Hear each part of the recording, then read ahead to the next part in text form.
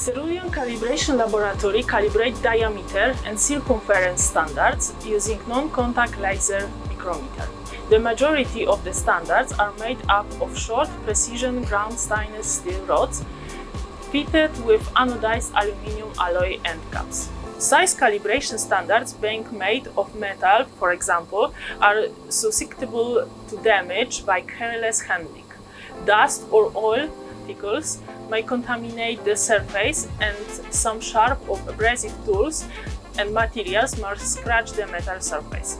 These standards shall not be handled by the central portion, as heat transfer from the fingers will lead to inaccuracies due to localized expansion. Standards should only be handled at the ends, and then for only the briefest time practicable. Storage-wise, box with special cut foam inside is recommended.